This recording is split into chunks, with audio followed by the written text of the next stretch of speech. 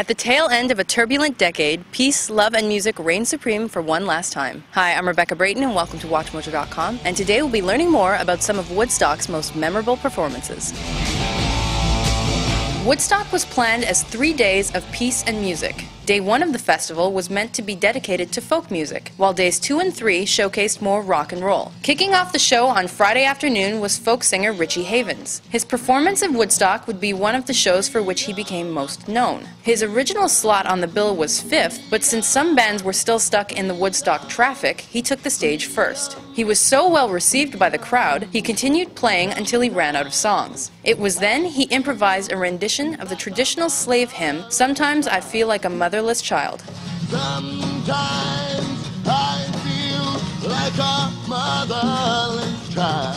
A solo performance by Country Joe, without his band The Fish, became a powerful anti-war symbol. Country Joe and The Fish's best-known song was a combo of The Fish Cheer and the "I Feel Like I'm Fixin' to Die" rag, a song that is well known to the Vietnam generation. What are we fighting for? Don't ask me, I don't give a damn. The Fish Cheer is a cheerleading-style call-and-response chant where Country Joe yells out, "Gimme an F," and the crowd obliges. His interpretation of the song was famously altered at the Woodstock Festival, spelling out a different four-letter word. What's that spell? What's that spell?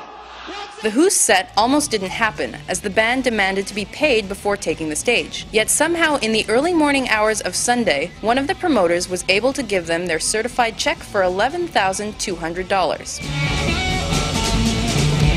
Their Woodstock performance helped immensely with their popularity in the US. They performed much of their rock opera Tommy. As they began their performance at roughly 5 a.m. on Sunday, concert-goers were able to watch the sunrise while listening to their set. Later, The Who's bassist John Entwistle said that God was their lighting man. Englishman Joe Cocker had spent a long time in the music industry, but until Woodstock was relatively unknown to audiences. His Woodstock performance was famous because of its timing right before a torrential downpour and thunderstorm that stopped the festival for several hours. Maybe most notable of Cocker's set was his rendition of the Beatles' hit "With a Little Help from My Friends," which has since been labeled one of the best cover songs of all time.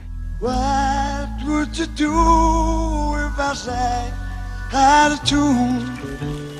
Woodstock was only the second ever performance together by Crosby, Stills, Nash and Young.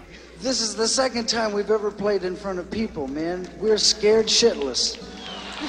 Newly added group member Neil Young famously refused to be recorded on camera during Woodstock, going so far as to threaten the camera people. He also did not play during the band's acoustic set. Despite the turmoil, the group's rendition of Joni Mitchell's song Woodstock has become the definitive recording about the event and immortalized its spirit in song. Peppered with legendary performances by Janis Joplin, who died a little over a year later, a pregnant Joan Baez, a young Carlos Santana, and what Grace Slick called a morning manic music slot by her band Jefferson Airplane, it was obvious even at the time that Woodstock would be the defining moment for a generation. No performance at Woodstock is as well known as that of Jimi Hendrix, though many say he failed to deliver as the supposed headliner of the show. Scheduled to be the final performance of the festival, as stipulated in his contract, he eventually took the stage at about 9 a.m. Monday morning. Ironically, much of the audience had already left by the time Hendrix got on stage, with at most 180,000 spectators still around.